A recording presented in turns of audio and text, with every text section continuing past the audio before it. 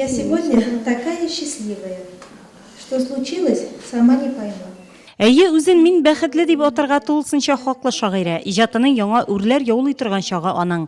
Моның өчен җирлек җитәрлек, шигырьләр язарга илһам биреп торучы әнисе, туганы, гаиләсе, балалары, үзен хуплап торучы хезмәттәшләре һәм каләменә бәя бирүче остазлары, укучылары бар.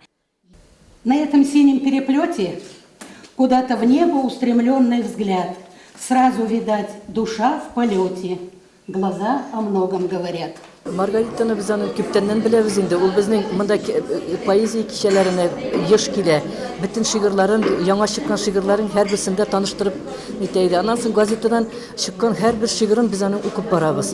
Шундый матур итеп балачакка, авылга, үзебезне шушы шигырьләрне укыгач әйләнеп кайтабыз. Шундый килешле итеп, матур итеп яза.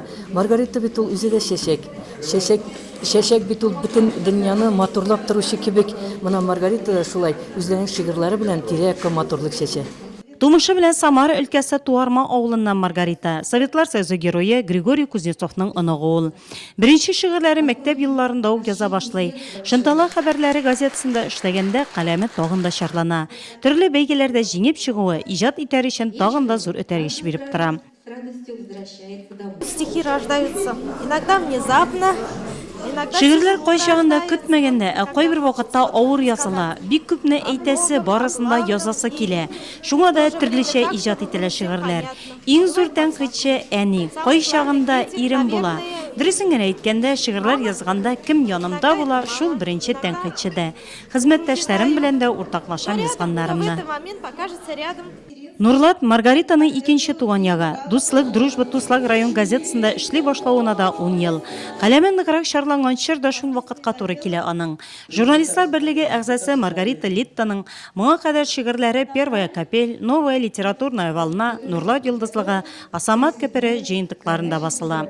Пластилинлы яңгыр Маргаританың көтеп алган тәүге китабы. Шигырьләрендә хатын-кызга хас лиризм чагыла. Фәлсәфи уйлануларга корылган шигырьләрдә яшәү кыйммәтләре, мәхәббәт, табигать, туган як темалары күтәрелә. Әни темасы күңелгә аеруча якын. Твоя улыбка, мама, так светла. Она как солнце летом согревает. И в той улыбке чистая душа, которая от бед нас охраняет.